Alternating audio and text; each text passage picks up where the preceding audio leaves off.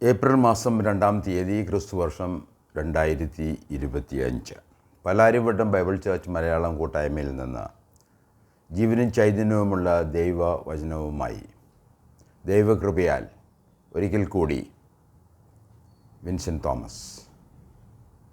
ഇത് പലാരിവട്ടം ബൈബിൾ ചർച്ചിൻ്റെ മലയാളം വിഭാഗമാണ്.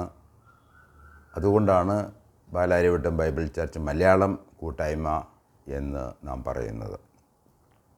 ദൈവം നൽകുന്ന ഓരോ പുതിയ അവസരങ്ങൾക്കായി, ദൈവവചന ശുശ്രൂഷയ്ക്കായി ഞാൻ ദൈവത്തിന് വ്യക്തിപരമായിട്ട് നന്ദി പറയുന്നു. എന്നെ കേൾക്കുന്ന, എൻ്റെ സന്ദേശം കേൾക്കുന്ന ഏവർക്കും യേശുക്രിസ്തുവിൻ്റെ നാമത്തിൽ കൃപയും സമാധാനവും നേർന്നുകൊള്ളുന്നു. ഇന്നത്തെ തിരുവചന വായനയ്ക്കായിട്ട് വളരെ പ്രസിദ്ധമായ ഒരു വേദഭാഗമാണ് ഞാൻ എടുത്തിരിക്കുന്നത്. മത്തായിയുടെ സുവിശേഷം 28-ാം അധ്യായം, അതിൻ്റെ 18 മുതൽ 20 വരെയുള്ള വാക്യങ്ങൾ. മത്തായിയുടെ സുവിശേഷം 28-ാം അധ്യായം, അതിൻ്റെ 18 മുതൽ 20 വരെയുള്ള വാക്യങ്ങൾ. യേശു അടുത്ത് ചെന്ന്, സ്വർഗത്തിലും ഭൂമിയിലും സകല അധികാരവും എനിക്ക് നൽകപ്പെട്ടിരിക്കുന്നു.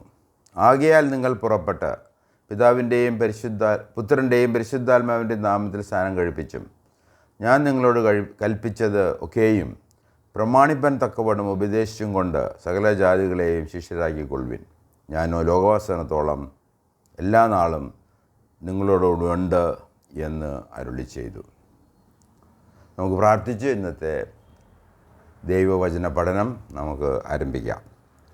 മഹത്വമുള്ള സ്വർഗീയ പിതാവേ, നന്ദി, സ്തുതി, മഹത്വം അവിടത്തേക്ക് അർപ്പിക്കുന്നു. പരിശുദ്ധ ദൈവത്തിൻ്റെ പരിശുദ്ധ വചനങ്ങൾ പഠിപ്പിക്കുന്നവനെയും പഠിതാക്കളെയും പരിശുദ്ധമാക്കുവാൻ പരിശുദ്ധാത്മാവിനെ സഹായിക്കണമേ. യേശു ക്രിസ്തുവിൻ്റെ നാമത്തിൽ അപേക്ഷിക്കുന്നു, ആമേൻ. ഈ വർഷത്തെ നമ്മുടെ പഠനം നാം പരിശോധിച്ച് നോക്കിയാൽ ഏകദേശം 4-ാമത്തെ മാസത്തിലേക്ക് നാം കടന്നിരിക്കുകയാണ്. 3 വർഷം നമ്മളെ കടന്നുപോയി. 4-ാം മാസത്തിലേക്ക് നാം വന്നിരിക്കുകയാണ്. നാം ഈ വർഷം ആരംഭിച്ചത് ദൈവത്തിൽ നിന്നാണ്. സങ്കീർത്തനം 90, അതിൻ്റെ 2-ാം വാക്യം. അത് വളരെ പ്രാധാന്യമുള്ള ഒരു ദൈവവചനം തന്നെയാണ്. സങ്കീർത്തനം, അതിൻ്റെ 90-ാമത്തെ സങ്കീർത്തനം, അതിൻ്റെ 90-ാം 1-2 വാക്യങ്ങൾ നിങ്ങൾ ഒരിക്കൽ കൂടി വായിച്ചു കേൾപ്പിക്കാൻ ആഗ്രഹിക്കുകയാണ്. കർത്താവേ, നീ തലമുറയായി ഞങ്ങളുടെ സങ്കേതമായിരിക്കുന്നു. പർവ്വതങ്ങളുണ്ടായതിനും നീ ഭൂമിയെ ഭൂമണ്ഡലത്തെ നിർമ്മിച്ചതിന് മുമ്പേ നീ അനാദിയായും ശാശ്വതമായും ദൈവമാകുന്നു. നമ്മൾ ഈ വർഷം ആരംഭിച്ചത് അവിടെ നിന്നാണ്. നമ്മുടെ ക്രിസ്തീയ ജീവിതം ആരംഭിക്കേണ്ടത് അവിടെ നിന്നാണ്. നമ്മുടെ ഓരോ ദിവസവും ആരംഭിക്കേണ്ടത് അവിടെ നിന്നാണ്. അനാദിയായും ശാശ്വതവുമായുമുള്ള ദൈവത്തിൽ നിന്ന്. പർവ്വതങ്ങളുണ്ടാകുന്നതിന് മുമ്പ്, ഭൂമി ഉണ്ടാക്കുന്നതിന് മുമ്പ് ദൈവമാണ്. ഈ ദൈവമാണ് നമ്മുടെ സൃഷ്ടാവ്, നമ്മുടെ രക്ഷിതാവ്, നമ്മുടെ വീണ്ടെടുപ്പുകാരൻ, തൻ്റെ പുത്രനെ അയച്ച് നമ്മളെ സ്നേഹിച്ചത്. അതുകൊണ്ട് ഈ ദൈവം ആര് എന്നുള്ളതും അവനിൽ നിന്ന് ആരംഭിക്കേണ്ടതും അവനിൽ തുടരേണ്ടതും അവനിൽ ചെന്നെത്തേണ്ടതും ആകുന്നു.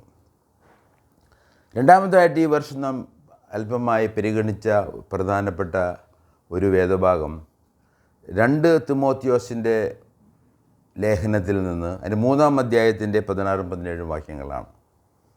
അത് ദൈവവചനത്തിൻ്റെ നിശ്ചലതയെക്കുറിച്ചുള്ള ഒരു വാക്യമാണ്. അനേക വാക്യങ്ങളുണ്ട്, എന്നാൽ നാം പരിഗണിച്ച ചില കാര്യങ്ങൾ ഞാൻ നിങ്ങളെ വീണ്ടും ഓർമ്മിപ്പിക്കാൻ ഞാൻ ആഗ്രഹിക്കുകയാണ്. അത് ദൈവവചനത്തിൻ്റെ നിസ്തുല്യത ഞാൻ നിങ്ങളെ ഓർപ്പിക്കുകയാണ്. എല്ലാ തിരുവെഴുത്തും ദൈവശ്വാസീയമാണ്. എല്ലാ തിരുവെഴുത്തും 66 പുസ്തകങ്ങളിലെ ഉൽപ്പത്തി മുതൽ വെളിപാട് പുസ്തകം വരെയുള്ള എല്ലാ തിരുവെഴുത്തും അത് ദൈവശ്വാസീയമാണ് എന്നുള്ളത് പരമ പ്രധാനം. അതുകൊണ്ടാണ് നാം ഇത് അനുസരിക്കേണ്ടതും പഠിക്കേണ്ടതും അനുസരിക്കേണ്ടതും എന്നുള്ളതും ഞാൻ ഓർപ്പിക്കാൻ ആഗ്രഹിക്കുകയാണ്. ഇത് ദൈവശ്വാസീയമാകണം, ദൈവത്തിൽ നിന്നുള്ള പുസ്തകമാണ് എന്നുള്ളത് നാം ഓർത്തിരിക്കേണ്ട ഒരു വിഷയമാണ്. ഇതുപോലെ ഒരു ദൈവമോ തന്നോട് തുല്യനായ ഒരുവനോ തന്നോട് തുല്യമായ സത്യമോ വേറെ ഇല്ല എന്നുള്ളതും പലരോടും ബൈബിൾ ചർച്ചിൻ്റെ പ്രധാനപ്പെട്ട വിശ്വാസ സത്യം ആണ്. മൂന്നാമതായിട്ട് നാം ഈ വർഷം പരിഗണിച്ച ഒരു പ്രധാന വേദഭാഗം 2 പത്രോസിൻ്റെ ലേഖനം 19-ാം അധ്യായത്തിൻ്റെ 19ഉം 20ഉം വാക്യങ്ങളാണ്. 2 പത്രോസ് അതിൻ്റെ 1-ാം അധ്യായത്തിൻ്റെ 19ഉം 20ഉം വാക്യങ്ങൾ.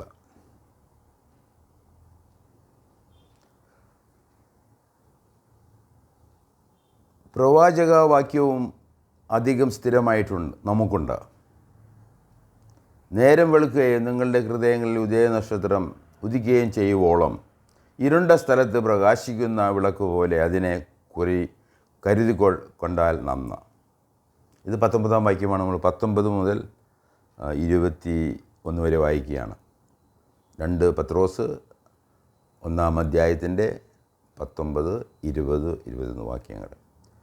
അപ്പോൾ ഇത് കരുതിക്കൊള്ളേണ്ട ഒരു വിഷയമാണ് എന്നുള്ളതും അത് ക്രിസ്തീയ ജീവിതത്തിന് അത്യന്താപേക്ഷിതമാണെന്ന് ഒരിക്കൽ കൂടി ഓർപ്പിക്കാൻ ആഗ്രഹിക്കുകയാണ്. ദൈവവചനത്തിൻ്റെ പ്രാധാന്യം ഇതിൻ്റെ 20-ാം വാക്യത്തിൽ പറയും, തിരുവെഴുത്തിലെ പ്രവചനം ഒന്നും സ്വയമേ വ്യാഖ്യാനത്തിൽ ഉളവാകുന്നതല്ല എന്ന് ആദ്യം തന്നെ അറിഞ്ഞുകൊള്ളണം. ദൈവവചനം മനുഷ്യരിലൂടെയാണ് ദൈവം നൽകിയതെങ്കിലും അതിൻ്റെ പിന്നിൽ പ്രവർത്തിച്ച പരിശുദ്ധാത്മാവിൻ്റെ പ്രവർത്തനം, അതാണ് നമ്മൾ 21-ാം വാക്യത്തിൽ വായിക്കുന്നത്. പ്രവചനം ഒരിക്കലും മനുഷ്യൻ്റെ ഇഷ്ടത്താൽ വന്നതല്ല, ദൈവകൽപ്പനയാൽ മനുഷ്യർ പരിശുദ്ധാത്മ നിയോഗം പ്രാപിച്ചിട്ട് സംസാരിച്ചത് അത്രേ. അതുകൊണ്ട് ദൈവവചനം അത് ദൈവശ്വാസീയം എന്ന് മാത്രമല്ല, അത് ആധികാരികമാണ് എന്ന് മാത്രമല്ല, അത് പരിശുദ്ധാത്മ നിയോഗം പ്രാപിച്ച് എഴുതപ്പെട്ടതാണ്. അതുകൊണ്ട് ഈ വേദപുസ്തകം 66 പുസ്തകങ്ങൾ അടങ്ങുന്ന ഈ വേദപുസ്തകം 39, 27 പഴയ നിയമവും 39, 27, 39 അങ്ങനെ 66 പുസ്തകങ്ങളടങ്ങുന്ന ഈ സമാഹാരം അത് ദൈവത്തിൻ്റെ വചനമാണ് എന്ന് ഓർപ്പിക്കാൻ ആഗ്രഹിക്കുക. അതാണ് നാം പഠിച്ച ചില കാര്യങ്ങൾ. തുടർന്ന് നാം തിരുവചനം പരിശോധിക്കുമ്പോൾ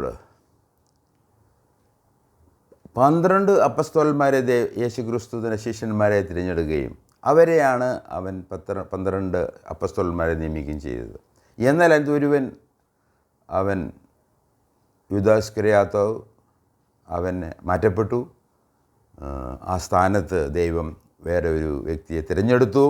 അങ്ങനെ 12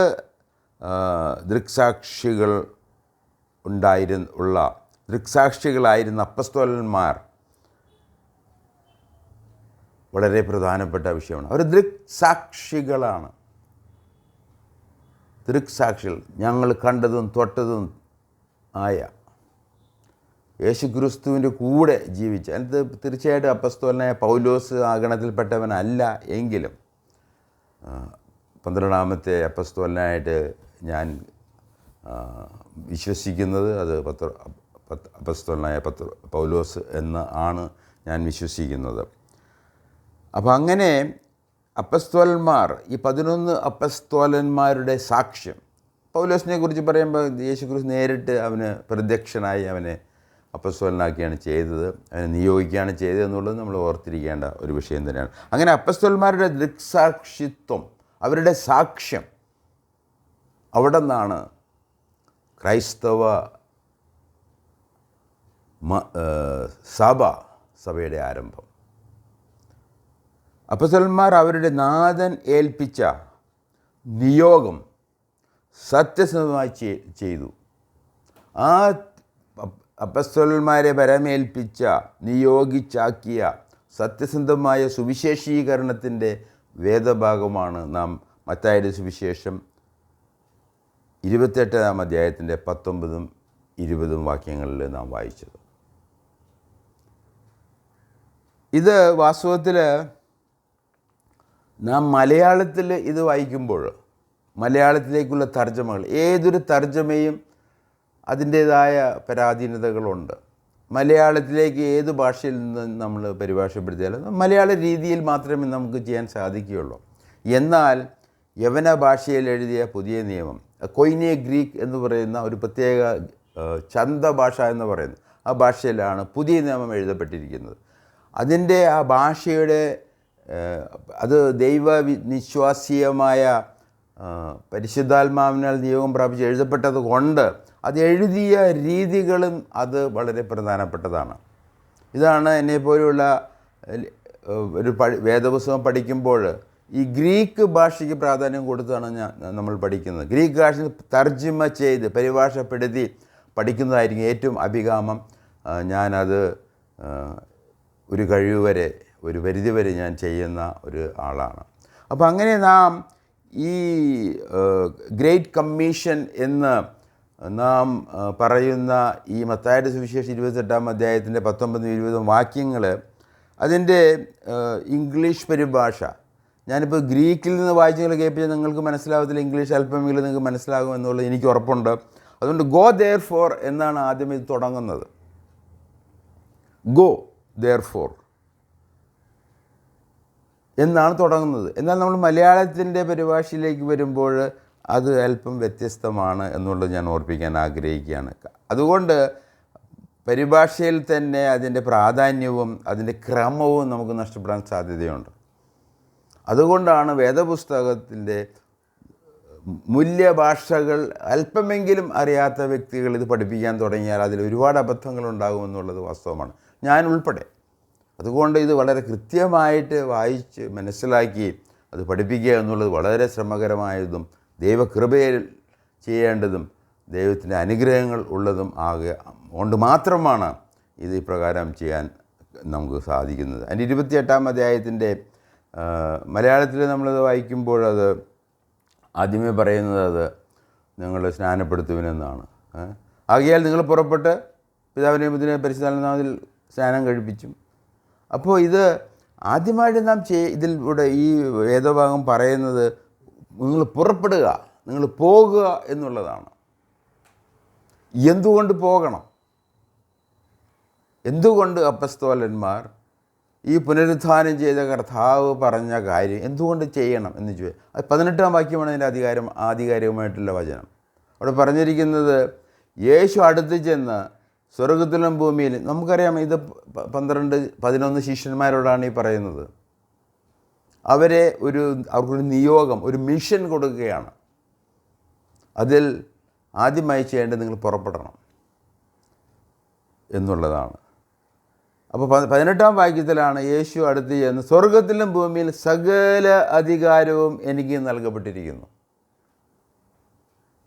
മരിച്ച് ഉയർത്തെഴുന്നേറ്റ കർത്താവായ യേശു ക്രിസ്തുവിന് പിതാവായ ദൈവം സകല അധികാരവും ഏൽപ്പിച്ചിരിക്കുകയാണ്. ഭൂമിയിലും സ്വർഗത്തിലും ഭൂമിയിലും സകല അധികാരവും യേശു ക്രിസ്തുവിന്, മരിച്ച് അടക്കപ്പെട്ട് മൂന്നാം ഉയർത്തെഴുന്നേറ്റ കർത്താവ്, ഈ കർത്താവ് ശിഷ്യന്മാർക്ക് പ്രത്യക്ഷണം, അവർക്ക് ദൃക്സാക്ഷിത്വം നൽകിക്കൊണ്ട് പറയുകയാണ്, സകല അധികാരവും എനിക്ക് നൽകിയിരിക്കുന്നുണ്ട്, നിങ്ങൾ പുറപ്പെട്ട് ഇന്ന കാര്യങ്ങൾ ചെയ്യണം. ഇതാണ് സുവിശേഷീകരണം. അങ്ങനെയാണ് സഭ സ്ഥാപിക്കപ്പെട്ടത്, അങ്ങനെയാണ് സഭയിലെ അംഗങ്ങളുണ്ടായത്, അങ്ങനെയാണ് സഭ ഇന്നും തുടർന്നുകൊണ്ടിരിക്കുന്നത്. എന്നാൽ നമ്മൾ കാണുന്ന നാമധേയ സഭകളല്ല എന്നുള്ളതും ഓർത്തിരിക്കേണ്ടത് ആവശ്യമാണ്.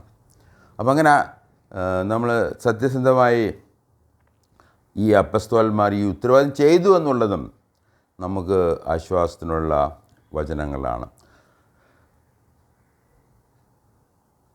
അതിനുശേഷം നിങ്ങൾ പുറപ്പെട്ട് എന്ത് ചെയ്യണം?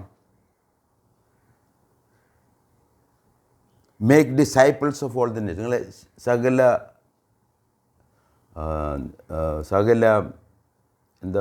സകല ജാതികളെ ജെൻറ്റൈൽസ്, നേഷൻസ് എന്നുള്ളൊരാശയമുണ്ട്. ഇസ്രായേലിനോടുള്ള ബന്ധത്തിൽ ബാക്കി എല്ലാവരും ജാതികളാണ്. ഇസ്രായേൽ ഒരു തിരഞ്ഞെടുക്കപ്പെട്ട ജനമാണ്. അതുകൊണ്ട് ഇസ്രായേലിനെ സംബന്ധിച്ച് നോക്കുമ്പോൾ ജാതികൾ എന്ന് പറയും. ഇവിടെ ജാതികൾ എന്നുള്ളൊരു പരിഭാഷയാണ്. നല്ല പരിഭാഷയാണ്, അത് നമുക്ക് മോശമായിട്ടൊന്നും കരുതേണ്ട ഒട്ടും ആവശ്യമില്ല. അതുകൊണ്ട് നിങ്ങൾ make disciples of all the Nations, all the gender, all people. That includes, അത് യഹൂദനും, ആദ്യം യഹൂദനും പിന്നെ യവനനും എന്ന് പറഞ്ഞ് സകലരെയും നിങ്ങൾ ഈ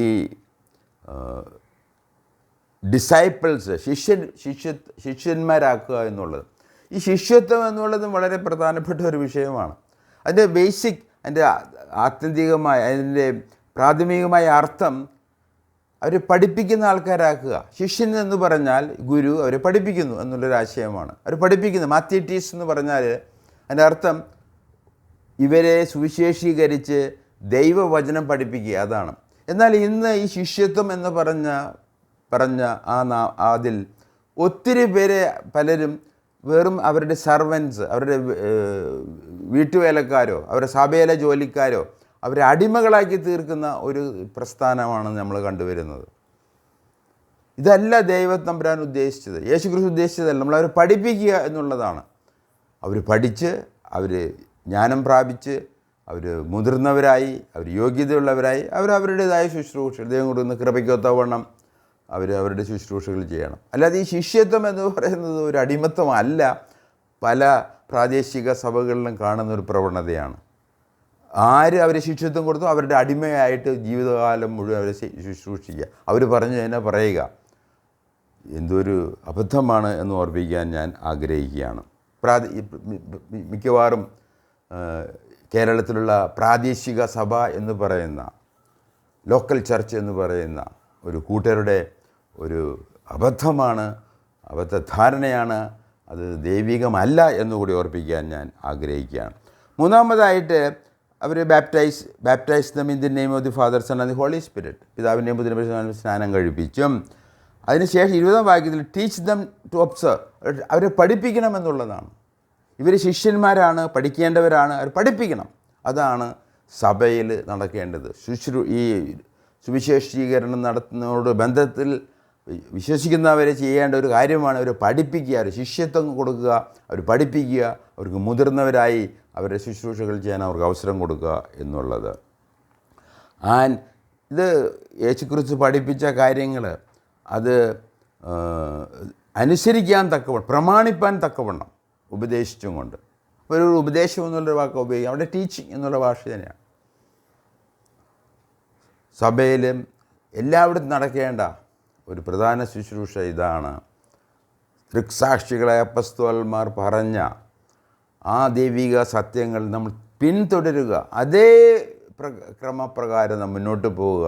എന്നാൽ മാത്രമേ യേശുക്രിസ്തു, ഈ സർവാധികാരിയായ യേശുക്രിസ്തുവിൻ്റെ ഉദ്ദേശം ഈ ഭൂമിയിൽ സഫലം ആകുകയുള്ളൂ. അതുമാത്രമല്ല, അതിനോട് ബന്ധത്തിൽ യേശുക്രിസ്തു അവർക്കൊരു വലിയ പ്രത്യാശയും നൽകി. ഞാനോ ലോകാവസാനത്തോളം എല്ലാ നാളും നിങ്ങളുടെ കൂടെ എന്ന് അരുളി ചെയ്തു. ലോകാവസാനത്തോളം. അപ്പോൾ അപ്പസ്തോലന്മാർ ലോകാവസാനത്തോളം ജീവിച്ചിരുന്നില്ല എന്നുള്ളത് ആദ്യമേ നൂറ്റാണ്ടിൽ എല്ലാവരും മരിച്ചു പോവുകയാണ് ഉണ്ടായത്. അവർ രക്തസാക്ഷികളാകുകയോ എങ്ങനെയായാലും അതെല്ലാം നമ്മൾ ചരിത്രത്തിൽ നിന്ന് പഠിക്കുന്നതാണ്. അവർ മരിച്ചു പോയി. ലോകാവസാനത്തോളം നിങ്ങളുടെ കൂടെ ഉണ്ടെന്ന് പറഞ്ഞാൽ ഈ അപ്പസ്തോലന്മാർ ആരംഭിച്ച അത് ആ ശിഷ്യത്വവും ഉപദേശവും അനുസരണവും സ്നാനവും എല്ലാം നമ്മൾ അത് പിന്തുടരണം. അതാണ് വാസ്തവത്തിൽ നമ്മൾ പിന്തുടരേണ്ടതും ഓർക്കേണ്ടതും പഠിക്കേണ്ടതും പഠിപ്പിക്കേണ്ടതും എന്ന് ഓർപ്പിക്കാൻ ഞാൻ ആഗ്രഹിക്കുകയാണ്. വലിയൊരു ആശ്വാസവാക്യമാണ്. ഇന്ന് എൻ്റെ കൂടെ, നിങ്ങളുടെ കൂടെ, നിങ്ങൾ ഒരു വിശ്വാസിയാണ് എങ്കിൽ തീർച്ചയായിട്ടും നിങ്ങളുടെ കൂടെ യേശുക്രിസ്തു ഉണ്ട് എന്നുള്ളത് എത്രയോ നമുക്ക് ആനന്ദവും ആശ്വാസവും ഉറപ്പും നൽകുന്ന ഒരു കാര്യം. ഇപ്രകാരം അപ്പോസ്തലന്മാർ യേശുക്രിസ്തുവിൻ്റെ മരണം പുനരുദ്ധാനം സാക്ഷീകരിച്ചു, അനുസരിക്കാൻ ദൈവവചനം പഠിപ്പിച്ചു. ഈ പഠിപ്പിച്ച വിഷയങ്ങൾ എന്ത് ചെയ്യണം? പത്രോസ് തന്നെ പറയുകയാണ്. അപ്പോസ്തലനായ പത്രോസിൻ്റെ 2-ാം ലേഖനത്തിൽ അതിൻ്റെ 1-ാം അധ്യായത്തിൻ്റെ 12-15 വാക്യങ്ങൾ ഞാൻ നിങ്ങൾ വായിച്ചു കേൾപ്പിക്കുക. അത് പറയുകയാണ്, ഈ പഠിപ്പിച്ച കാര്യങ്ങൾ ഓർമ്മിപ്പിക്കുക എന്നുള്ളതാണ് വേറൊരു പ്രധാനപ്പെട്ട ശുശ്രൂഷ. അത് പാലാരിവട്ടം ബൈബിൾ ചർച്ച് മലയാളം കൂട്ടായ്മയിൽ അത് ഞങ്ങൾ ചെയ്തുകൊണ്ടിരിക്കുകയാണ്. ഈ പ്രസംഗവും ഈ സന്ദേശവും അതിനോട് ബന്ധപ്പെട്ട ഒന്ന് തന്നെയാണ്.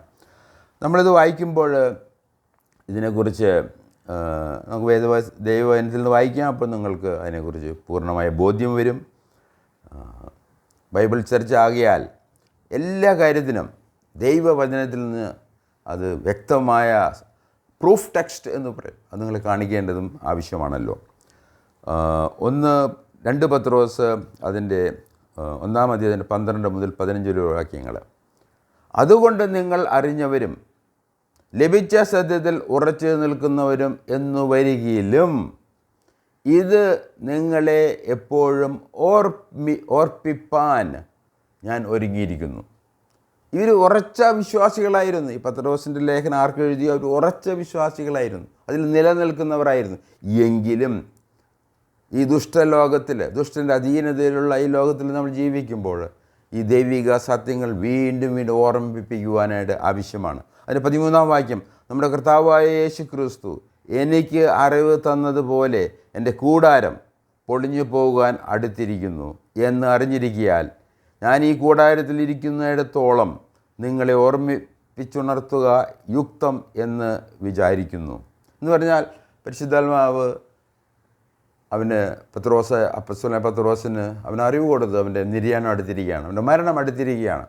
അതുകൊണ്ട് അവൻ ജീവിച്ചിരിക്കുന്ന സമയത്ത് അവൻ പഠിപ്പിച്ച ഉപദേശങ്ങൾ, സത്യങ്ങൾ വീണ്ടും വീണ്ടും പഠിപ്പിക്കുകയും വീണ്ടും വീണ്ടും ഓർമ്മിപ്പിക്കുകയും ചെയ്യുക എന്നുള്ളത് അപ്പസ്തോലൻ്റെ ഉദ്ദേശമായിരുന്നു. അത് നാം തുടരേണ്ടത് ആവശ്യമാണ്. 15-ാം വാക്യത്തിൽ, നിങ്ങൾ അത് എൻ്റെ നിര്യാണത്തിൻ്റെ ശേഷവും എപ്പോഴും ഓർത്ത് കൊള്ളുവാൻ തക്കവണ്ണം ഞാൻ ഉത്സാഹിക്കുന്നു. അപ്പസ്തോലന്മാർ മരിച്ചു, അടക്കപ്പെട്ടു. എന്നാൽ അവരുടെ ഉപദേശങ്ങൾ വിശ്വസിച്ച നാം അത് പിന്തുടരേണ്ടത് ആവശ്യമാണ്. പ്രസംഗിക്കുക, സുവിശേഷം പ്രസംഗിക്കുക, വിശ്വസിക്കുന്നവരെ ശിഷ്യന്മാരാക്കുക, അവരെ പഠിപ്പിക്കുക, അവർക്ക് സ്വന്തം കാലിൽ നിൽക്കാൻ തക്കവണ്ണം അവർക്ക് വേണ്ട കഴിവുകൾ നൽകുക. ദൈവത്തിൻ്റെ കൃപയ്ക്കൊത്തവണ്ണം അവരവരുടെ ശുശ്രൂഷകൾ ചെയ്യട്ടെ. കർത്താവ് തന്ന ഉറപ്പിൽ നമുക്ക് മുന്നോട്ട് പോകാം. അപ്പസ്തലനായ പത്രോസ് പറയുന്നത് പോലെ അത് വീണ്ടും വീണ്ടും ഈ ദൈവിക സത്യങ്ങൾ ഓർപ്പിക്കുകയും ചെയ്യുക എന്നുള്ളത് സഭയുടെ ഉത്തരവാദിത്തമാണ് എന്ന് ഓർപ്പിക്കാൻ ഞാൻ ആഗ്രഹിക്കുകയാണ്. അങ്ങനെ പഠിപ്പിച്ച വിഷയങ്ങൾ അപ്പസ്തോലന്മാർ വീണ്ടും വീണ്ടും അവരെ ഓർപ്പിച്ചു എന്നുള്ളതും നമുക്ക് പ്രധാനപ്പെട്ട ഒരു വിഷയമാണ്. അങ്ങനെ ഈ ശിഷ്യന്മാർ സുവിശേഷം കേട്ട് അത് വിശ്വസിച്ച ശിഷ്യന്മാർ, ആ ശിഷ്യന്മാർ വിശ്വാസികളാണ്.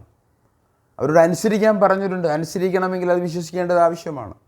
അതുകൊണ്ട് ഇവരെല്ലാം വിശ്വാസികളാണ്. അതുകൊണ്ട് വിശ്വാസം പരമപ്രധാനമായ ഒന്ന് ആണ് എന്ന് ഓർപ്പിക്കാൻ ആഗ്രഹിക്കുകയാണ്. എങ്ങനെയാണ് നമ്മുടെ ക്രൈസ്തവ ജീവിതം ആരംഭിക്കുന്നത്? അത് ജന്മനാലാണോ അല്ലെങ്കിൽ വീണ്ടും ജനനത്താലാണോ? അത് വിശ്വാസത്താലാണോ അല്ലെങ്കിൽ പ്രവൃത്തിയാലാണോ? അത് വിശ്വാസത്താലാണ്, സുവിശേഷ കേൾവിയിലാണ്, യേശു ക്രിസ്തുവിൻ്റെ പുനരുത്ഥാനങ്ങളിൽ വിശ്വസിക്കുമ്പോഴാണ് അത് ആരംഭിക്കുന്നത് എന്ന് ഒരിക്കൽ കൂടി ഓർപ്പിക്കാൻ ഞാൻ ആഗ്രഹിക്കുകയാണ്. അങ്ങനെ വിശ്വസിച്ചവർ, അപ്പസ്തോലന്മാരുടെ ഉപദേശങ്ങളിൽ വിശ്വസിച്ചവർ, അവർ ക്രൈസ്തവ ജീവിതം ആരംഭിച്ചു. നിങ്ങൾ വിശ്വാസി അല്ലെങ്കിൽ നിങ്ങളുടെ ക്രൈസ്തവ ജീവിതം ആരംഭിച്ചിട്ടില്ല എന്നുള്ളത് വളരെ പരിതാപകരമായൊരു കാര്യമാണ്.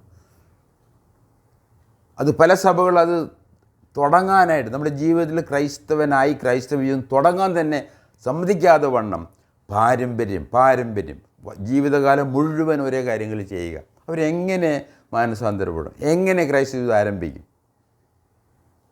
വളരെ പരിതാപകരമായ ഒരു സാഹചര്യത്തിലൂടെ നമ്മൾ കടന്നു പോകുന്നത്. ക്രൈസ്തവ ജീവിതത്തിന് ഇതുകൊണ്ട് ആരംഭമുണ്ട്. ദൈവകൃപയും യേശുക്രിസ്തുവിൻ്റെ പാപപരിഹാരവും വിശ്വസിക്കുന്നതോടെ ക്രിസ്തീയ ജീവിതം ആരംഭിക്കുന്നു. തീർച്ചയായിട്ടും അത് നമ്മൾ ദൈവത്തിലുള്ള മാനസാന്തരം, യേശുക്രിസ്തുവിൽ സുവിശേഷത്തിലുള്ള വിശ്വാസം, യേശുക്രിസ്തുവിൽ വിശ്വസിച്ച് രക്ഷയ്ക്കായി വിശ്വസിച്ച് അവൻ്റെ കാൽവരി മരണത്തിലും അവൻ്റെ പുനരുത്ഥാനത്തിലും വിശ്വസിച്ച് ആ വിശ്വസിക്കുന്ന മാത്രയിലാണ് ഒരുപാട് ദൈവിക കാര്യങ്ങൾ നമ്മുടെ ജീവിതത്തിൽ സംഭവിക്കുന്നത്. അത് നമ്മൾ അറിയുന്നത് നമ്മുടെ പഠനത്തിലൂടെയാണ്. നമ്മൾ ശിഷ്യത്വം സ്വീകരിച്ച് നമ്മൾ പഠിക്കുമ്പോഴാണ് നാം ആ കാര്യങ്ങൾ വ്യക്തമായി മനസ്സിലാക്കുന്നത്. അതുകൊണ്ട് അവിടെയാണ് നമ്മുടെ ക്രിസ്തീയ ജീവിതം ആരംഭിക്കുന്നത്. പത്രോസിനോ അപ്പസ്തലന്മാർക്കോ അവർക്കുണ്ടായ മക്കൾ, അവരുടെ മക്കളുടെ മക്കൾ, അങ്ങനെയല്ലല്ലോ ക്രൈസ്തവ സഭ ആരംഭിച്ചത്. അല്ല, തീർച്ചയായിട്ടും അല്ല. അവർ പറഞ്ഞ കാര്യങ്ങളിൽ, അവർ പ്രസ്താവിച്ച ദൈവിക സത്യങ്ങളുള്ള വിശ്വാസമായിരുന്നു എന്നുള്ളത് ഒരിക്കൽ കൂടി ഓർപ്പിക്കാൻ ഞാൻ ആഗ്രഹിക്കുകയാണ്. അങ്ങനെ അവരുടെ ക്രിസ്തീയ ജീവിതം ആരംഭിക്കുകയാണ്. അങ്ങനെ അതുകൊണ്ട് ക്രിസ്തീയ ജീവിതം ആരംഭിച്ച നമ്മുടെ ക്രിസ്തീയത എങ്ങനെ ആയിരിക്കണം, എങ്ങനെയാണ് നമ്മൾ ജീവിക്കേണ്ടത് എന്നുള്ളത് അതും വളരെ പ്രധാനപ്പെട്ട വിഷയമാണ്. നമുക്ക് വേണ്ടി നമ്മുടെ ദൈവമായ കർത്താവ് തൻ്റെ പുത്രനെ അയച്ച് കാൽവരി ക്രൂശിൽ പരിഹാരമായി, അങ്ങനെ നമുക്ക് വേണ്ടി എല്ലാം ചെയ്ത് നമ്മളത് വിശ്വസിച്ച് നമ്മളൊരു ക്രിസ്ത്യാനിയായി തീരുകയാണ്. അതുകൊണ്ട് ക്രിസ്ത്യനാകുന്നതിന് മുമ്പുള്ള ദൈവത്തിൻ്റെ പ്രവൃത്തികളെ നമ്മൾ ഓർത്ത് മനസ്സിലാക്കി വിശ്വസിച്ച് ക്രിസ്തീയ ജീവിതം ആരംഭിക്കുമ്പോൾ അതും വളരെ വിചിത്രമായ രീതിയിൽ, അത്ഭുതകരമായ രീതിയിലുള്ള ഒരു ജീവിതമാണ് എന്നുകൂടി നാം മനസ്സിലാക്കേണ്ടതുണ്ട്. ഒന്നാമതായിട്ട് വേദപുസ്തകം പറയുന്നത് വിശ്വാസം കൂടാതെ ദൈവത്തെ പ്രസാദിപ്പിക്കാൻ അസാധ്യമാകുന്നു. എബ്രായ ലേഖനം 11:6 ദൈവത്തിൻ്റെ അടുത്തേക്ക് വരുന്നവൻ ദൈവമുണ്ട് എന്നും അവനെ അന്വേഷിക്കുന്നവന് പ്രതിഫലമുണ്ട് എന്നും വിശ്വസിക്കേണ്ടത്. രണ്ട് കാര്യങ്ങളാണ് പറയുന്നത്. ഒന്ന്, ദൈവമുണ്ട്, അവൻ്റെ അസ്തിത്വത്തിൽ നമ്മൾ വിശ്വസിക്കണം. അനാദിയായും ശാശ്വതമായും ദൈവമാകുന്നു. നമ്മുടെ സൃഷ്ടാവാണ് എന്ന് നാം അവിടെയാണ് ഓർക്കണം. അതാണ് നമ്മളുടെ ആരംഭം. അതുകൊണ്ട് വിശ്വാസമില്ല ദൈവത്തെ പ്രസാദിപ്പിക്കാൻ സാധ്യമല്ല. ദൈവസന്നിധിയിൽ ശരണം പ്രാപിക്കുന്നവർ ദൈവം ഉണ്ടെന്നും തന്നെ അന്വേഷിക്കുന്നവർക്ക് അവിടുന്ന് പ്രതിഫലം നൽകുമെന്നും വിശ്വസിക്കണം. അവനന്വേഷിക്കുന്ന ദൈവത്തെക്കുറിച്ചുള്ള ബോധ്യം വന്ന് അവനിൽ വിശ്വസിച്ച് ദൈവമുണ്ട് എന്നുള്ള ബോധ്യം ഉണ്ടായതിന് ശേഷം അവനന്വേഷിക്കാനായിട്ട് നാം ശ്രമിക്കുമ്പോഴാണ് ദൈവം തീർച്ചയായിട്ടും സുവിശേഷകനെ അയച്ച് ദൈവം നമുക്ക് സുവിശേഷം നൽകുന്നത്. ഒരു പ്രതിഫലമാണ് എന്ന് ഞാൻ ഓർക്കാൻ ആഗ്രഹിക്കുകയാണ്. കാരണം എന്താണ്? ദൈവം നമ്മുടെ ഹൃദയത്തിൽ, നമ്മുടെ മനസ്സാക്ഷിയിൽ, നമ്മുടെ ചുറ്റുപാടും ചെയ്യുന്ന അത്ഭുതകരമായ കാര്യങ്ങൾ, അവൻ്റെ അസ്തിത്വത്തെക്കുറിച്ചും അവൻ്റെ സ്വഭാവത്തെക്കുറിച്ചും നമുക്ക് അറിവ് നൽകുമ്പോൾ അതിൽ നാം വിശ്വസിച്ച് ഒരു ദൈവഭക്തനായി തീരുകയാണ്. എന്നാൽ ദൈവഭക്തനാകുന്നതിന് ശേഷം പാപക്ഷമ ലഭിക്കണം. ദൈവമായിട്ട് കൂട്ടായ്മ ആവശ്യമാണ്, അവനോട് രമ്യത ആവശ്യമാണ്, അവനോട് സമാധാനം ആവശ്യമാണ്. അവിടെയാണ് നമുക്ക് യേശു ക്രിസ്തു ആവശ്യമായിരിക്കുന്നത്. അവൻ നമ്മുടെ പാപപരിഹാരകനാണ്, നമ്മുടെ രക്ഷകനാണ്, നമ്മുടെ സമാധാനമാണ്, നമ്മുടെ നിരപ്പുകാരനാണ് എന്നുള്ളത് നാം മനസ്സിലാക്കി അങ്ങനെ നമ്മുടെ ക്രിസ്തീയ ജീവിതം നാം ആരംഭിക്കുകയാണ്. അപ്പോൾ അതുകൊണ്ട് അതുമാത്രമല്ല, ദൈവം പ്രതിഫലം നൽകുന്ന ദൈവമാണ്. നമ്മൾ ചെയ്യുന്ന ഓരോ പ്രവൃത്തികൾക്കും, ഞാൻ ഈ ചെയ്യുന്ന ശുശ്രൂഷയിൽ, ഈ സന്ദേശങ്ങൾ ഒരു ബുധനാഴ്ചയും ഞായറാഴ്ചയും നൽകുന്നതിലും അതിന് പ്രതിഫലമുണ്ട്.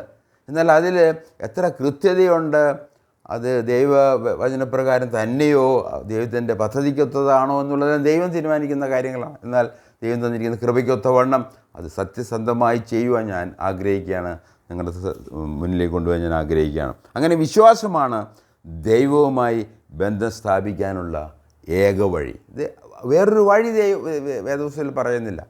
അത് വിശ്വാസമാണ്, വിശ്വാസത്താൽ മാത്രം. അതുകൊണ്ടാണ് വിശ്വാസത്താലുള്ള രക്ഷ, വിശ്വാസത്താലുള്ള ക്രിസ്തീയ ജീവിതം, നീതിമാൻ വിശ്വാസത്താൽ ജീവിക്കും എന്നുള്ള ഒരു പ്രധാനപ്പെട്ട വാക്യം നമുക്ക് ഓർക്കാം.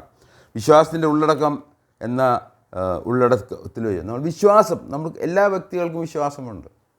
ജന്മനാലെ നമ്മുടെ കുടുംബത്തിൽ, നമ്മുടെ ആയിരിക്കുന്ന മതങ്ങളിലെല്ലാം നമുക്ക് വിശ്വാസങ്ങളും വ്യക്തികളും ഒക്കെ ഉണ്ട്. അവിടെ ഒരു ഭയങ്കര മാനസാന്തരം, വ്യത്യാസം ഉണ്ടാകുകയാണ്. വിശ്വാസത്തിൻ്റെ ഉള്ളടക്കത്തിൽ തന്നെ വ്യത്യാസം വരുന്നു. അത് ദൈവമായിട്ട് മാറുന്നു, ദൈവവചനമായി മാറുന്നു, ദൈവത്തിൽ ക്രിസ്തുവായി മാറുന്നു, ക്രിസ്തുവിൻ്റെ കാൽവരി മരണമായി വരുന്നു. അതുകൊണ്ട് ഈ വിശ്വാസത്തിൻ്റെ ഉള്ളടക്കം മാത്രമല്ല, വിശ്വസിക്കുന്ന വ്യക്തിയിലുള്ള വ്യത്യാസം. പലരും പുണ്യാളന്മാരിൽ വിശ്വസിക്കുന്നവരാണ്. അവർക്ക് പുണ്യാളന്മാർക്ക് നമ്മളെ രക്ഷിക്കാൻ സാധിക്കാൽ.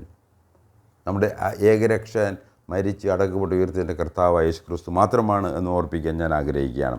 അങ്ങനെ നമ്മുടെ വിശ്വാസത്തിൻ്റെ ഉള്ളടക്കവും വിശ്വസിക്കുന്ന വിശ്വാസത്തിൻ്റെ വ്യക്തിയും നമുക്ക് വ്യത്യാസമായി മാറുകയാണ്. ക്രിസ്തീയ ജീവിതത്തിലെല്ലാം ആവശ്യമാണത്.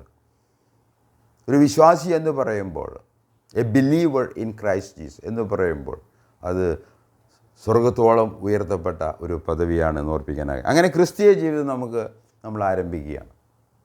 അപ്പോൾ ക്രിസ്തീയ ജീവിതം എങ്ങനെയിരിക്കുമെന്ന് ചോദിച്ചു കഴിഞ്ഞാൽ അത് വിശ്വാസത്താലാണ്, അത് യേശുക്രിസ്തുവിൻ്റെ വിശ്വാസത്താലാണ്, അത് യേശുക്രിസ്തുവിൻ്റെ സുവിശേഷം കേട്ടിട്ടാണ്. അപ്പോഴാണ് ദൈവത്തിൻ്റെ പരിശുദ്ധാത്മാവ് നമ്മളെ വീണ്ടും ജനിപ്പിക്കുകയും നാം ദൈവമക്കളായി തീരുകയും ചെയ്യുന്നു. അങ്ങനെ ക്രിസ്തീയ ജീവിതം ആരംഭിക്കുകയാണ്.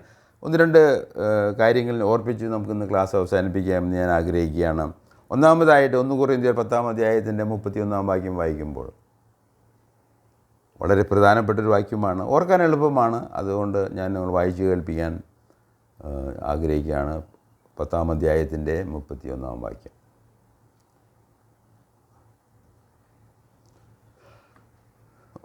ഒന്ന് കൊരിന്ത്യർ 10-ാം അധ്യായത്തിൻ്റെ 31-ാം വാക്യം. ആകയാൽ ഇവിടെ അപ്പോസ്തലനായ പൗലോസ് കൊരിന്ത്യയിലുള്ള വിശ്വാസികളോട് പറയുക, ബിലീവേഴ്സ്, അവൻ്റെ സുവിശേഷം കേട്ട്, പൗലോസിൻ്റെ സുവിശേഷം കേട്ട് രക്ഷിക്കപ്പെട്ട് നീതീകരിക്കപ്പെട്ട് ദൈവമക്കളായി തീർന്നവരോട് പറയുകയാണ്, ആകയാൽ നിങ്ങൾ തിന്നാലും കുടിച്ചാലും എന്ത് ചെയ്താലും എല്ലാം ദൈവത്തിൻ്റെ മഹത്വത്തിനായി ചെയ്യുവിൻ. അതാണ് ക്രിസ്തീയ ജീവിതത്തിലെ ഏറ്റവും പരമപ്രധാനമായ വിഷയം. ദൈവത്തിന് മഹത്വമുള്ള തീറ്റ കുടി ചെയ്തുകൾ എന്ത് ചെയ്താൽ whatever you do, അതൊരു സമ്മറി സ്റ്റേറ്റ്മെൻറ്റായിട്ട് നമുക്ക് എടുക്കാവുന്നതാണ്. എല്ലാത്തിലും ദൈവത്തിന് മഹത്വം കൊടുക്കുക. എന്ത് തിന്നണം, എങ്ങനെ തിന്നണം, എന്ത് കുടിക്കണം, എങ്ങനെ കുടിക്കണം എന്നുള്ള കാര്യങ്ങളെല്ലാം നമുക്ക് വേദപുസ്തകത്തിൽ നിന്ന്, പ്രത്യേകിച്ച് പുതിയ നിയമത്തിൽ നിന്ന് നമുക്ക് പഠിക്കാവുന്ന വിഷയമാണ്. അതിലും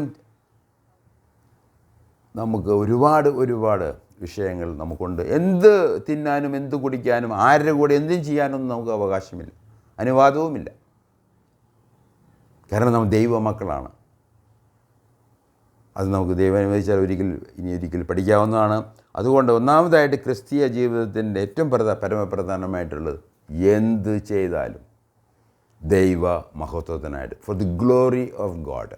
അതാണ് ഒന്നാമതായിട്ട്. രണ്ടാമതായിട്ട് 2 കൊരിന്ത്യർ 5-ാം അധ്യായത്തിൻ്റെ 15-ാം വാക്യം. അത് നിങ്ങൾ വായിച്ച് കേൾപ്പിക്കാം.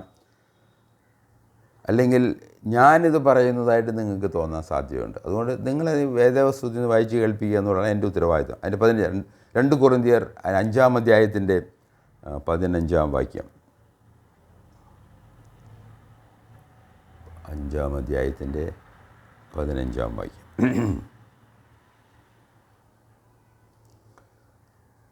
ജീവിക്കുന്നവർ ഇനി, ഞാൻ 14 വായിക്കാം. 2 കൊരിന്ത്യർ 5-ാം അധ്യായം 14 തൊട്ട് ഞാൻ വായിക്കാൻ ആഗ്രഹിക്കുകയാണ്. ക്രിസ്തുവിൻ്റെ സ്നേഹം ഞങ്ങളെ നിർബന്ധിക്കുന്നു, എല്ലാവർക്കും വേണ്ടി ഒരുവൻ മരിച്ചിരിക്കെ എല്ലാവരും മരിച്ചുവെന്നും ജീവിക്കുന്നവർ ഇനി തങ്ങൾക്കായിട്ടല്ല തങ്ങൾക്ക് വേണ്ടി മരിച്ച് ഉയർത്തവനായിട്ട് തന്നെ ജീവിക്കേണ്ടതിന് അവൻ എല്ലാവർക്കും വേണ്ടി മരിച്ചു എന്നും ഞങ്ങൾ നിർണയിച്ചിരിക്കുന്നു. ഇതിൻ്റെ സാരം പ്രകാരമാണ്. നമുക്ക് വേണ്ടി ഒരു പകരക്കാരൻ, ദൈവപുത്രൻ വന്ന് നമുക്ക് പകരക്കാരനായിട്ട് കാൽവരി ക്രൂശിൽ മരിച്ചു. അതുകൊണ്ട് അവനിൽ വിശ്വസിക്കുന്നവർ അവന് വേണ്ടി ജീവിക്കണം. ഒന്നാമതായിട്ട് ദൈവമഹത്വത്തിനായിട്ട് ജീവിക്കണം. 2, നമ്മൾക്ക് വേണ്ടി പകരക്കാരനായി മരിച്ചുവോ അതിന് കഴിവുള്ളവൻ, യോഗ്യനായവൻ ഏക വ്യക്തി മാത്രമാണ്. അതാണ് കർത്താവായ യേശു, ദൈവപുത്രനായ യേശു ക്രിസ്തു. അവൻ യഹൂദനായിട്ട് ജനിച്ചവനാണെന്ന് എല്ലാം അറിയാം. അതുകൊണ്ട് യഹൂദവും എന്നുള്ള ആ കാര്യവും വളരെ പ്രധാനപ്പെട്ടതാണ്. അവനുള്ള വിശ്വാസം, അവൻ നമുക്ക് വേണ്ടി ചെയ്ത കാര്യം, അതുകൊണ്ട് ദൈവനാമമഹത്വത്തിനായിട്ട് ജീവിക്കുക. രണ്ടാമതായിട്ട് നമുക്ക് ക്രിസ്തുവിന് വേണ്ടി ജീവിക്കുക എന്നുള്ളത്. തുടർന്ന് നമ്മൾ എബ്രായ ലേഖനത്തിൽ നിന്നെല്ലാം ധാരാളം കഴിഞ്ഞ മാസങ്ങളിൽ പഠിക്കുകയുണ്ടായി. കേട്ട വചനം നമ്മൾ കരുതിക്കൊള്ളണം, കേട്ട കാര്യങ്ങൾ മുറുകെ പിടിക്കണം, വിടരുത്. അതിന് തക്കവണ്ണം നാം ഇത് പഠിക്കുകയും അതിനെക്കുറിച്ച് ചിന്തിക്കുകയും മനനം ചെയ്യുകയും അത് നമ്മുടെ ജീവിതത്തിൻ്റെ ഭാഗമായി തീരേണ്ടതും ആവശ്യമാണ്. അതുപോലെ തന്നെ നമ്മുടെ വിശ്വാസ സത്യങ്ങൾ, പൗരസ്ത്യ പാശ്ചാത്യ സഭ 2 വിഭാഗങ്ങളാണ്. ഞാൻ പാശ്ചാത്യ ദൈവശാസ്ത്രത്തിൽ വിശ്വസിക്കുന്ന വ്യക്തിയാണ്. ത്രിയേക ദൈവത്തിൽ, ഏകസത്തയിൽ 3 വ്യക്തികൾ ഒരേ സത്തയും ഒരേ സമത്വവുമുള്ള ഒരു ദൈവത്തിൽ വിശ്വസിക്കുന്ന പാശ്ചാത്യ സഭയാണ്. അവർക്ക് നമുക്കൊരു വിശ്വാസ പ്രമാണമുണ്ട്. ദൈവമാർ, ക്രിസ്തുവാർ, കാലവിർക്കുറിച്ച് നടന്നു, പരിശുദ്ധാത്മാവാർ, നിത്യന്യായവിധി എന്താണ്, കാലവിർക്കുറിച്ച് നടന്നുള്ള കാര്യം, വിശ്വാസ പ്രമാണമുണ്ട് നമുക്ക്. അത് നമ്മൾ സൂക്ഷിക്കുകയും മുറുകെ പിടിക്കുകയും അത് കരുതിക്കൊള്ളുകയും ചെയ്യേണ്ടത് ആവശ്യമാണ്. അതാണ് നമ്മളുടെ അടിസ്ഥാനമായിട്ടുള്ള കാര്യങ്ങൾ. അതിന് നമ്മൾ എബ്രായ ലേഖനത്തിൽ നിന്ന് 2-ാം അധ്യായത്തിൻ്റെ 1-ാം വാക്യം, 3-ാം അധ്യായത്തിൻ്റെ 1-ാം വാക്യം, 4-ാം അധ്യായത്തിൻ്റെ 14-ാം വാക്യങ്ങളെല്ലാം നമ്മൾ പഠിച്ച വിഷയങ്ങളാണ്. നമ്മുടെ ദൈവിക സത്യങ്ങൾ, തിരുവചന സത്യങ്ങൾ, അത് ദൈവശ്വാസീയമാകിയാൽ, ദൈവത്തിൻ്റെ പരിശുദ്ധാത്മ എഴുതപ്പെട്ടതാകിയാൽ, നിത്യമായി ഉറപ്പുള്ള കാര്യങ്ങൾ ആയതാൽ, ദൈവം കള്ളം പറയുന്നവനല്ല, സത്യം മാത്രം പറയുന്നവനായതുകൊണ്ട് അത് ഗുണകരവും അത് പ്രയോജനകരമായി ആയതുകൊണ്ട് ഇത് നമ്മൾ മുറുകെ പിടിക്കുക, വിടരുത് എന്നുള്ളത് ഓർപ്പിക്കാൻ ആഗ്രഹം. അതുപോലെ തന്നെ കഴിഞ്ഞ ആഴ്ചയിൽ നമ്മൾ റോമാലേഖനം 12-ാം അധ്യായത്തിന് 1-2 വാക്യങ്ങൾ വായിച്ചു. അതുകൊണ്ട് ക്രിസ്തീയ ജീവിതത്തിന് വേണ്ട ചില കൂട്ടുകൾ എങ്ങനെ ജീവിക്കണം എന്നുള്ളത് ഓർപ്പിക്കാൻ ഈ ദിവസം ഞാൻ ആഗ്രഹിക്കും. ഒന്ന്, ഈ ലോകത്തിന് അനുരൂപരാകരുത്. നമ്മുടെ ജീവിതം നോക്കിയാൽ നമ്മൾ ഈ ലോകത്തിന് അനുരൂപമായിട്ട് സാത്താനും അവൻ്റെ അനുയായികളും ചെയ്യുന്നത് പോലെ നാമും ചെയ്യുന്നത്, അതിൽ നിന്നൊരു മാറ്റം. ആ അനുരൂപത്വം നാം മാറ്റി അത് മനസ്സ് രൂപാന്തരപ്പെടുത്തി നാം ദൈവമക്കളായിട്ട് ജീവിക്കേണ്ടത് നമ്മൾ പേഴ്സണലായിട്ടുള്ള വ്യക്തിപരമായിട്ടുള്ള ഒരു ഉത്തരവാദിത്തമാണ് ഓർപ്പിക്കാൻ ഞാൻ ആഗ്രഹിക്കുകയാണ്. അതുകൊണ്ട് ഈ ലോകത്തിന് അനുരൂപരാകരുത്, മനസ്സ് രൂപാന്തരപ്പെടുത്തുവാൻ. അതുപോലെ കഴിഞ്ഞ ആഴ്ച നമ്മൾ ഈ മെസ്സേജ്, ഈ സന്ദേശത്തിൻ്റെ ഒരു ക്യാപ്ഷൻ എന്നുള്ള നിലയിൽ ടൈറ്റിൽ, ഫേസ്ബുക്കിൽ ടൈറ്റിൽ ഡിസ്ക്രിപ്ഷനുള്ളതുകൊണ്ട് ടൈറ്റിൽ നമ്മൾ എഴുതിയത് പുതിയ ജനനം, പുതിയ മനസ്സ്, പുതിയ ജീവിതം. നമുക്കറിയാം ഒരുപാട് വാക്യങ്ങൾ നമുക്കുണ്ട്. എങ്ങനെയാണ് ഒരു പുതിയ ജനിക്കുന്നത്? നമ്മുടെ കർത്താവായ യേശു ക്രിസ്തുവും നിക്കോദീമോസും തമ്മിലുള്ള സംഭാഷണം നമുക്ക് സുപ്രസിദ്ധമാണ്. യോഹന്നാൻ്റെ സുവിശേഷം 3-ാം അധ്യായത്തിൽ അതിൻ്റെ 7 മുതലുള്ള വാക്യങ്ങൾ നാം വായിക്കുമ്പോൾ നമുക്കറിയാം നമ്മുടെ പുതിയ ജനനം അത് പരിശുദ്ധാത്മാവിൽ നടക്കുന്നതാണ്. കർത്താവായ യേശു ക്രിസ്തുവിൻ്റെ കാൽവരി മരണത്തിൽ മോശ പിച്ചള സർപ്പത്തെ ഉയർത്തിയതുപോലെ പുത്രനും ഉയർത്തപ്പെടേണ്ടതാകുന്നു. അവനിൽ വിശ്വസിക്കുന്നവന് ദൈവത്തിൻ്റെ പരിശുദ്ധാത്മാവ് നമ്മൾ വീണ്ടും ജനിപ്പിച്ച് ക്രിസ്തുവിനോട് കൂടി ആക്കുകയും അങ്ങനെ ഒരു പുതിയ ജന്മം നമുക്ക് ലഭിക്കുകയും പുതിയ വീണ്ടും ജനനം നമുക്ക് ലഭിക്കുകയും ചെയ്യുകയാണ്. അതുപോലെ പുതിയ മനസ്സ്, അത് 1 യോഹന്നാൻ്റെ ലേഖനം 5-ാം 20-ാം വാക്യം, ദൈവപുത്രൻ വന്നുവെന്നും അവൻ നമുക്ക് വിവേകം തന്നുവെന്നും, ആ വിവേകം എന്നുള്ള വാക്കാണ് മനസ്സ് എന്നും അവിടെ ശക്തമായൊരു ഉപദേശമാണ്. ഈ മനസ്സ് നമുക്കുണ്ടെങ്കിൽ മാത്രമേ നമുക്ക് ക്രിസ്തീയ ജീവിതം തുടരാൻ പറ്റത്തുള്ളൂ. ഇത് ആ മനസ്സ് കിട്ടണമെങ്കിൽ നമ്മൾ യേശു ക്രിസ്തുവിൽ വിശ്വസിക്കണം, കാൽവരി മരണത്തിൽ അതിൻ്റെ പുനരുദ്ധാനത്തിൽ വിശ്വസിക്കണം. അതുപോലെ പുതിയ ജീവൻ യോഹന്നാൻ്റെ സുവിശേഷം അതിൻ്റെ 10-ാം അധ്യായത്തിൻ്റെ 22-ാം വാക്യം നിങ്ങൾ ഓർമ്മയ്ക്കായിട്ട് ഞാൻ വായിക്കാൻ ആഗ്രഹിക്കുകയാണ്. യോഹന്നാൻ്റെ സുവിശേഷം അതിൻ്റെ 10-ാം അധ്യായം അതിൻ്റെ 28-ാം വാക്യം. ഇപ്രകാരമാണ് അത് പരിഭാഷപ്പെടുത്തിയിരിക്കുന്നത്: ഞാൻ അവയ്ക്ക് നിത്യജീവൻ കൊടുക്കുന്നു. ഇവിടെ പറയുന്ന വ്യക്തി, ഈ സംസാരിക്കുന്ന വ്യക്തി, അത് കർത്താവായ യേശു ക്രിസ്തുവാണ്. മരിക്കുന്നതിന് മുമ്പ് പറഞ്ഞ കാര്യങ്ങളാണ്. ഞാൻ അവയ്ക്ക് നിത്യജീവൻ കൊടുക്കുന്നു, അവ ഒരു നാളും നശിച്ചു പോകുകയില്ല, ആരും അവയെ എൻ്റെ കയ്യിൽ നിന്ന് പിടിച്ച് പറിക്കുകയും ഇല്ല. എത്രയോ ഉറപ്പാണ് യേശു ക്രിസ്തു നമുക്ക് നൽകുന്ന ഈ സൗജന്യമായ അവൻ്റെ യോഗ്യതയിൽ, അവൻ്റെ കാൽവരി മരണത്തിൻ്റെ പുനരുദ്ധാനത്തിൻ്റെ അടിസ്ഥാനത്തിൽ പിതാവായ ദൈവം നമുക്ക് തരുന്നൊരു ഓഫറാണ്, ഒരു കൃപയാണ്. അവനിൽ വിശ്വസിച്ച് നമുക്ക് നിത്യജീവൻ പ്രാപിക്കാമെന്നുള്ളത്. ഇതൊരു സൗഭാഗ്യകരമായ കാര്യങ്ങളാണ് നമ്മുടെ ക്രിസ്ത്യ ജീവിതത്തിലുള്ളതെന്ന് ഞാൻ നിങ്ങളെ ഓർപ്പിക്കാൻ ആഗ്രഹിക്കുന്നു. അങ്ങനെ നമ്മൾ മൊത്തത്തിൽ നോക്കുകയാണെങ്കിൽ ക്രിസ്തീയ ജീവിതം എങ്ങനെയായിരിക്കണമെന്ന് ചോദിച്ചാൽ അത് ആരംഭിക്കുന്നത് കർത്താവ് യേശു ക്രിസ്തുവിലെ വിശ്വാസവും, അവൻ കാൽവരി മരുന്നുകൊണ്ട് പാപപരിഹാരകനാണ്, അവനോട് വീണ്ടെടുപ്പുകാരനാണ്, അവനോട് മരിച്ചു, അടക്കപ്പെട്ട് ഉയർത്തെഴുന്നേറ്റു. അത് തിരുവചന പ്രകാരമാണ്. അതാണ് നമ്മുടെ ക്രിസ്തീയ ജീവിതം. രണ്ടാമതായിട്ട് നമുക്ക് വേണ്ടത് ഈ ദൈവത്തിലും ഈ ദൈവവചനത്തിലും ഉള്ള ആശ്രയം. അത് പഠിച്ച് നമ്മൾ ശിഷ്യന്മാരായി അതനുസരിച്ചുള്ളൊരു ജീവിതം ചെയ്യുന്നതെല്ലാം ദൈവമോഹത്തിനായി ചെയ്യുക. നമുക്കൊരു മരിച്ചവന് വേണ്ടി നമ്മൾ ജീവിക്കുക. ഈ പറഞ്ഞ പോലെ നമ്മുടെ വിശ്വാസത്തെ നിങ്ങൾ മുറുകെ പിടിച്ച് ദൈവത്തിന് മഹത്വം നൽകി നമുക്ക് മുന്നോട്ട് പോകാം. മാത്രമല്ല, നിത്യജീവൻ ഉള്ള ബോധ്യത്തോടു കൂടി ഈ വർത്തമാനകാലത്ത് ഇപ്പോൾ നമുക്ക് നിത്യജീവൻ ഉണ്ട് എന്നുള്ള ഉറപ്പോടുകൂടി നമുക്ക് മുന്നോട്ട് പോകാം. നമുക്ക് പ്രാർത്ഥിച്ച് ഇന്നത്തെ ക്ലാസ് അവസാനിപ്പിക്കാം.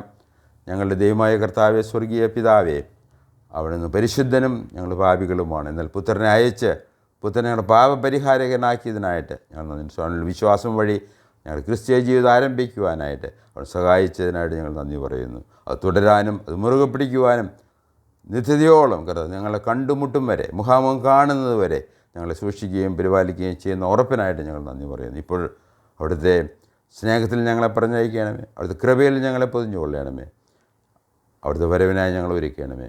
യേശു ക്രിസ്തുവിൻ്റെ നാമത്തിൽ ഞങ്ങൾ അപേക്ഷിക്കുന്നു. ആമേൻ. നിങ്ങൾ കേട്ടതിന് നന്ദി. ദൈവം അനുവദിച്ചാൽ അടുത്ത ആഴ്ച കാണാം, അടുത്ത ആഴ്ച കേൾക്കാം.